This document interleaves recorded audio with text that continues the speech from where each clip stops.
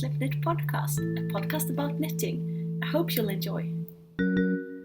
So, today, when I'm recording, my husband is home, and it's the first time since I started recording that he's at home while I'm recording. I mean, I only told him about this podcast like 2 weeks ago, so but he was very nice about it, and he's now in the bedroom and locked himself there and promised to have his headphones on. And I don't know, I'm putting this up to the whole world to see on the internet, but I'm still very uncomfortable with him or anyone being here while I'm recording. Strange. Today the weather is really, really grey here, but I think it's good for the lighting. I also want to say welcome to all my new viewers. I think a bunch of you have found your way here through the Pen, Hook and Needle podcasts. I'm really grateful for the shout out from them. I also saw that a few of you have found me on other social media, since I have the same username everywhere, basically, like Twitter and Instagram, and feel free to follow me. I just want to say on Instagram I mostly post non-knitting related pictures, and on Twitter I mostly write in Swedish, but maybe not that interesting for most of you. This week I have almost a finished object, but I'm cheating a little bit, and I realized I have a pair of colorwork mittens that I want to show you that I knitted some time ago that I'm now giving away to a friend. Let's get started.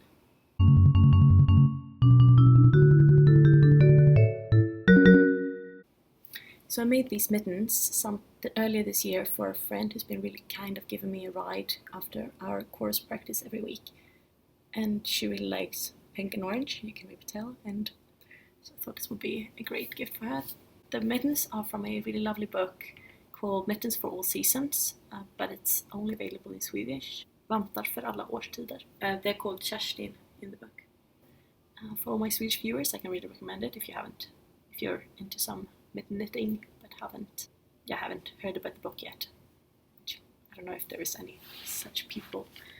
They were first, I think they were from the start a pair of wrist warmers,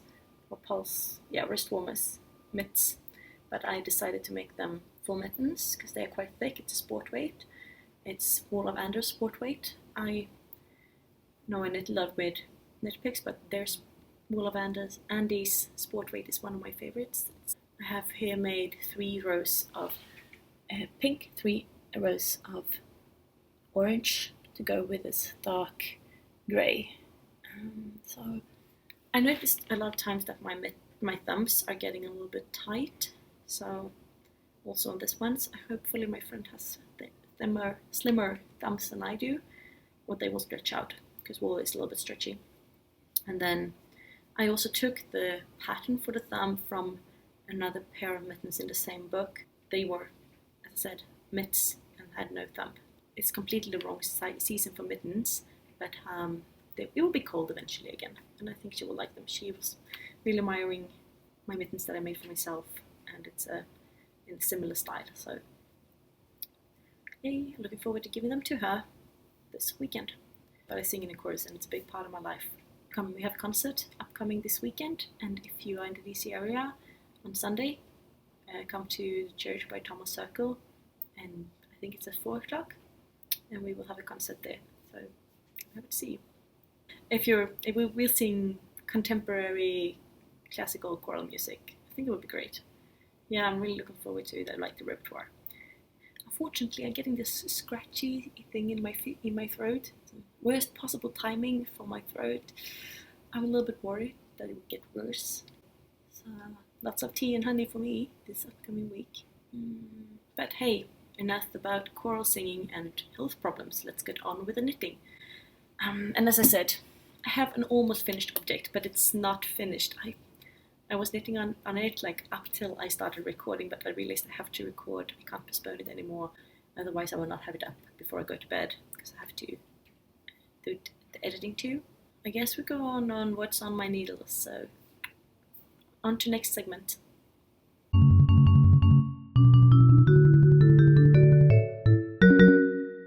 When you have a podcast, I heard a lot of other podcasters say this, even though I don't feel it when I watch other podcasts. You say you want to have something to show, like finished objects. And yeah, I also want to have finished objects to show you. These ones, I'm so close to done. It's my summer slice socks. They look like this. They have a heel in contrasting color, and I've done like a couple of rows of the cuff, and I will do a couple of more and then I'm done. On these ones I did a German, I think it's called Japanese, German, whatever. I did a short row heel. Realized that I like the look of the short row heel, but I like the fit of the heel flap better. Some people will say it's because you have a high instep. Maybe I have a high instep, whatever. For me, but this looks cute, especially when you do a contrasting heel. I like this little flop. I'm thinking, is there a possibility to do a short row heel but also a gusset? So, I have no idea. So this is a free pattern on Ravelry. It's a lace, simple lace pattern on the front, or simple, but you can quite easily memorize it. And these are my first 2 at a time socks. And I really like this whole 2 at a time thing. I don't think it's that much faster, but now when I'm done, I'm done. So that feels good. When I was trying to find a tutorial for how to do the heel when you do 2 at a time, there were so many, so complicated tutorials. But the answer is, you don't. You don't do the heel 2 at a time. You just put one sock on hold, do the heel, put the one with the heel done on hold, do the other one, and then you continue knitting the leg 2 at a time as before. And don't get me wrong, I'm really thankful that people put out those tutorials out there, because that was how I learned how to knit, and that's how I basically learned everything with knitting. Yeah, I guess I will show you these next week, because I will be so happy to have them then, but then they will be old news. The 10,000 Stitches podcast with Andy, also known as Pearlbag, is having a lace sock month. It's a podcast about sock knitting specifically, and every month there is a theme and a knit along. So this month's theme is lace, and these are going in there. Another knit along I've been talking about is the Blanket Blitz knit along with Sockcetra, and I said I want to participate, and yeah, I've been knitting on my blanket, but I have not participated at all in any discussions or put up any photos. So, but I guess I'm participating in my heart. Well, the important thing is that you knit on your blanket. That was the whole purpose, and that I've done. So, I have a couple of new squares to show you. I'm quite sure you've seen this one, right? The new ones are these. This one is completely made with the yarn I got a sample from that I talked about last week. This one is the inner 2 layers I done with that yarn sample, but then I matched up with some grey and orange. And this last one, the 2 inner layers are previous yarns, and then the 2 outer layers are done with the yarn I got from the sample. You will not keep the yarn from like a mini or something together, but I like to see how it's matching up. I like to see when you knit the inner part, and then how the impression of the square changes when you get the outer part. So one thing I noticed is that my yarns have a little bit different thickness, which results in the squares coming out quite different in size. You can see these are 2 extremes, the smallest and the biggest almost.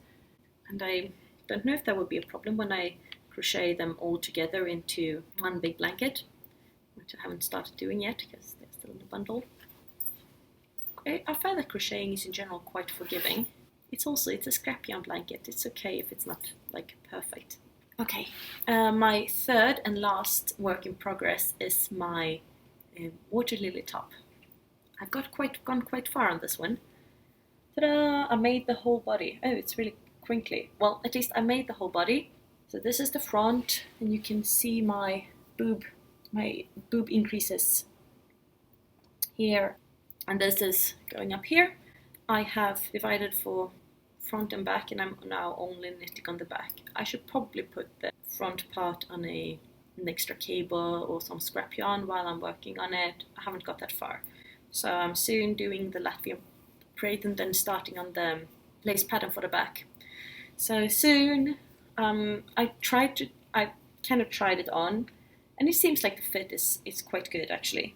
I'm not too worried. It will not be a tight top, but that was never my intention. We just wanted it to be, I just made some shaping because I wanted it to be like shaped for the body rather than completely straight. And shapes of garments fits you. It depends on your style and your body type and everything. And for me, I want to have something a little bit more fitted, or what I should say, vulva shaped.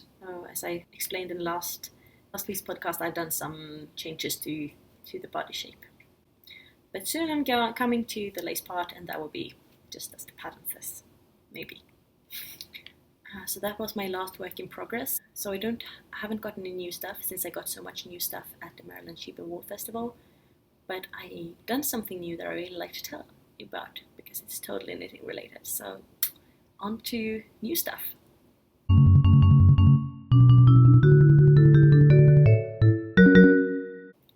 This past weekend, my friend brought me with her to a knitting group out at an alpaca farm here in Maryland. There was a bunch of ladies, yes, only ladies, knitting and chatting and having a snack and just enjoying. That was really lovely. After some knitting and talking, we went out and she showed us the farm and the alpacas, and they are so cute. Look at these pictures.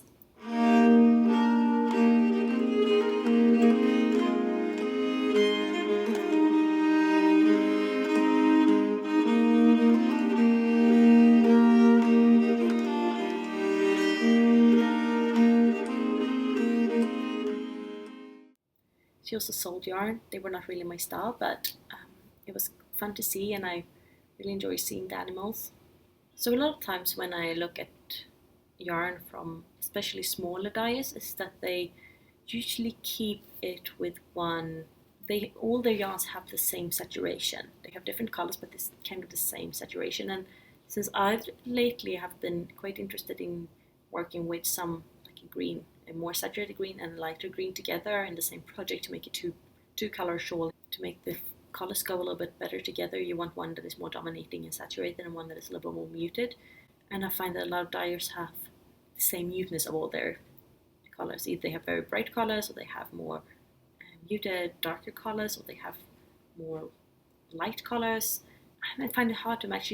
If you buy yarn from the same dyer, you can make sure the base is the same and that they will go really well together quality-wise. That's something I've been thinking about. Is this something, if you are a dyer, how do you think about this? Is this or if you are, how do you match your yarns? Do you usually choose more the same saturation level? I mean, choosing yarn colors, it's very much an art. It can be so complex. Either you can usually I end up just having a grey and a color. It's a bit lame in the end. I end up with a lot of grey things, even though I don't want to, or I just make one color things. Thinking about matching, let's talk about what I want to knit next, because I might have changed my mind.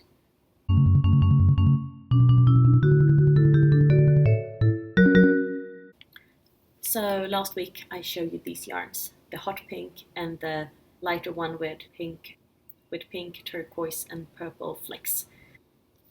It's hard with the colors. I thought these two yarns would go into the shawl by Ryks that I've been talking about before, but then I looked at the Pin Feathers and Pearls podcast again, and I saw her beautiful pop sizzle shawl. I'm like, maybe I should change my mind and make a pop sizzle, but this is the background color and this is the forefront color. That would be my first brioche, and I like to do firsts. I like to do new stuff. That's fun. Maybe not. Maybe I should stick with it. I don't know how. I thought I want to make the sizzle pop in a green, a lighter green and a darker green, maybe slightly variegated, but still green, because it's a leaf pattern. I thought it would be beautiful, and I really like green. But now I'm not sure. I want to make the sizzle pop, and maybe pink is also cool. And maybe I'm more excited about pattern because it's brioche, and that will be first. I guess I really need to cast on a new shawl. Maybe I should cast on another shawl that I've quite decided that I want to do with the yarn I have first. So that's what I'm thinking about right now, what's supposed to be my next shawl project. Regarding upcoming, so next week something exciting is happening. My best friend from Sweden is coming. She's arriving on Friday. She'll be staying for 10 days. So for next week's episode she'll be here, and I'm not sure if we will do any recording then. She's really cool. She's a designer. She has a design studio together with her friend. They mostly do fabric design, so maybe I'll make her join me and we can talk a little bit about her patterns and how she thinks about that designing. I know a lot of knitters are also into sewing and fabrics, so how would you feel about that? I might have done some more knitting, hopefully. I'd like to finish my socks at least. So maybe a little bit out of the ordinary format. I mean, it will be only my 6th episode, so it's not that much of a format to leave, but still. How do you think? Would that be cool? Maybe we'll be out looking at monuments, museums, and eating brunches and going to happy hours like other crazy people in the city. Otherwise, I will be back as normal in 2 weeks. That was everything for today. I'm really glad that you took the time to tune in, and please feel free to subscribe or join the Ravelry group. You can find a link here below if you're on YouTube, and if you're in the Ravelry group, you know what to do. Well, thank you for joining me. I hope to see you soon again. Take care and happy knitting. Bye!